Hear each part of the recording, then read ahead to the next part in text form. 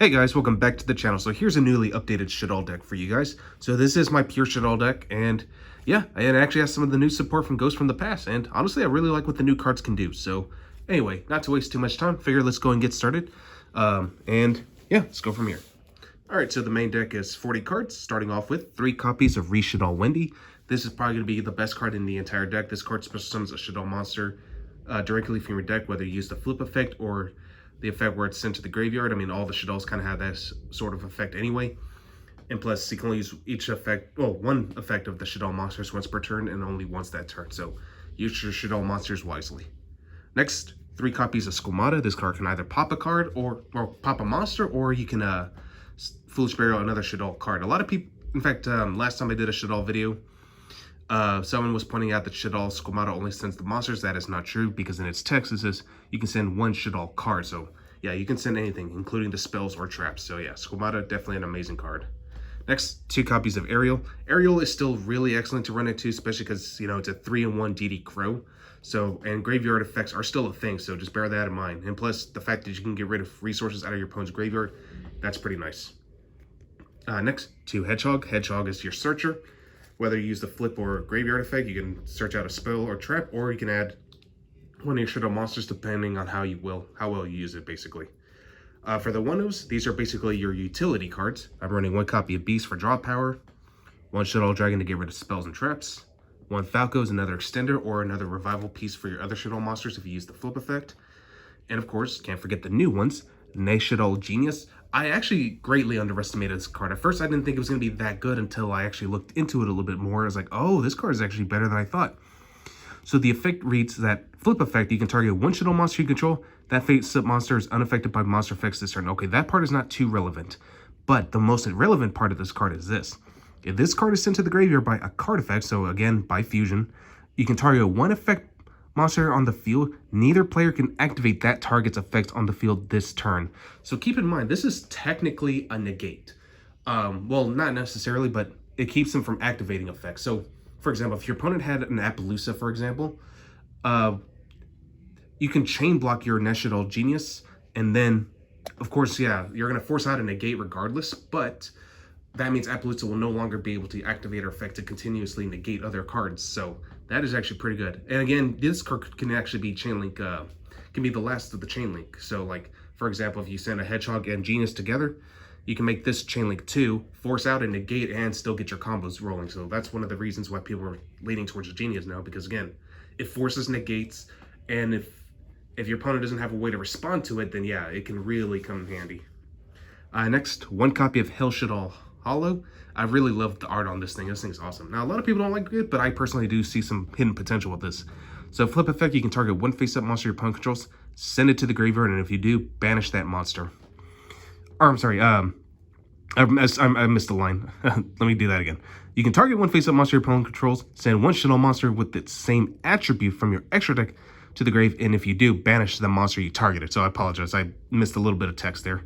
So, got a little ahead of myself. But yeah, the fact that it sends a monster from your extra deck to the grave, so for example, an App Clone, you can actually like you can get a search off and discard yet another Shaddoll monster from App Clone's effect. But the one effect that really caught my attention was this one. If this card is sent to the graveyard by a card effect, you can send any number of cards from the top of your deck to the graveyard equal to the number of different original attributes of monsters on the field. So one thing I like about that is that it's basically a needlebug nest where you can potentially trigger off even more Shaddoll monster effects in order to gain some advantage. Now, of course, I still feel like the flip effect is probably going to be the best one, because again, you flip it, you negate, and again, you get a free extra Foolish Burial from your extra deck. So I think that's pretty nice. So Shaddoll Hollow, definitely something to consider. So yeah. Anyway, that's it for the main Shaddoll monsters. Now moving on to the for my side engines. So starting off with my main starter, Leona. Leona searches out any Magis's spell or trap, primarily your Magis's Invocation, and she's a light target, so free construct right there. I am still running Mathematician. Mathematician kind of gets you a similar combo as Leona, and what's also cool is that it's a spellcaster, so you can make Artemis off of him. So yeah, Mathematician is still a pretty good starter, so kind of my secondary one. And 1 Performance Trick Clown is just a extender piece, and it's also a light target for your construct, so yeah, pretty good. All right. And of course, I am running the Dragoon package, so 1 Dark Magician. And of course, 1 copy of Red Ice Black Dragon. I mean, come on, you saw this coming. It's a fusion deck. Might as well run Dragoon, right? So, and Dragoon just kills, pretty much just ends games for you. So, yeah, not too bad. All right. For the only hand trap I'm running is 3 copies of Ash. It's probably the most generic one, honestly. And I still feel like it's one of the best hand traps this format. So, stops Pot of Desires, Pot of Extravagance, Pot of Prosperity, Red Ice Fusion. You know, those kind of effects. All right, so now moving on to spells. Running 3 copies of Shaddoll Fusion. This is definitely going to be one of the best cards in your deck as well. I still prefer El Shaddoll Fusion a little bit more, which comes to our next card. But Shaddoll Fusion, considering that this is outgoing second deck, if your opponent controls an extra deck monster, which is current in this format, that's going to be happening a lot, especially with Dragon Link around. So yeah, Shaddoll Fusion will definitely come in clutch. And of course, El Shaddoll Fusion, which is a really good card going first if, you know, you have the right pieces to set up for it. But going second, you know, not too bad either. The card that really helps me break boards is 2 copies of Super Poly. I didn't have room for a third, honestly, but honestly 2 should be just fine regardless. So, like, yeah, if you happen to see this in your opening hand going second, this card really comes in handy because Starving Venom is still one hell of a target for this card, so, yeah. And for the last of my fusion spells, 1 Magus Invocation, which you can fuse anything as long as you use a spellcaster. 1 Red Ice Fusion for the Dragoon. And for the last of my spells, 1 copy of Foolish Burial, so pretty standard stuff. All right, and for the only traps I'm running are 2 copies of Red Shaddoll Incarnation and 1 Schism. I am not running Shadow Games simply because it's not trap Shaddoll, so there's no reason for me to run it. So yeah, and again, I'm primarily going to go second a lot, so Sinister Shadow Games to me is more of a card that if you want to go first with Shaddolls. All right, for the extra deck, 3 copies of El Shaddoll Construct. So this card has made its way back to 3. I was running it 2 last time, but yeah, you definitely want to play this a lot more. So this card is another Ultimate Foolish Burial, and the fact that her ability is not a hard once per turn. So if you can manage to bring this card back, you can actually keep spamming the effect and getting more advantage off of it. And also, she can destroy any special summon monster at the start of the damage step, so why wouldn't you run this at 3? 2 Winda, this is your Ultimate Floodgate, and this card really kills Dragon Link, so yeah, El Shaddoll Winda is really good. 1 copy of Ab Cologne. This card is really nuts. It permanently negates effects, and not to mention, if she's sent to the graveyard, you can either search a Shaddoll card or recycle one from your grave, but you still have to discard a card. So, again, discard a Shaddoll monster, and you can get some more advantage off of it.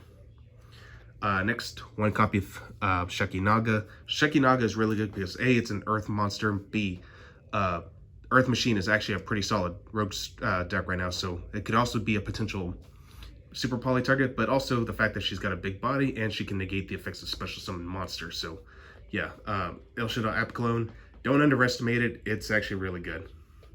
If I mentioned Starving Venom, this card's probably gonna be your best Super Poly target right now. And of course, Red Ice Dark Dragoon. This card is a pretty good game winner right here. So yeah, not the main win condition, of course, but you know, still pretty good. All right. And now for the Link monsters, I'm actually running 1 copy of Gravity Controller. That's basically what you go into after you make your first El Shaddoll construct, as long as it's in the extra monster zone. 1 copy of Artemis, you know, it's a light monster, and the fact that you can use Mathematician to make it or any other spellcaster, it's pretty good. 1 Verite Anaconda. Cross sheet. Going back to the access code card, so 1 Celine, and of course access code Talker.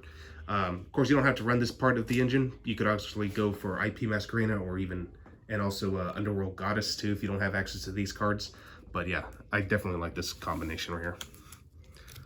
All right, now for the side deck, running 3 copies of Phantasme. This is good against the Dragon Link strategy.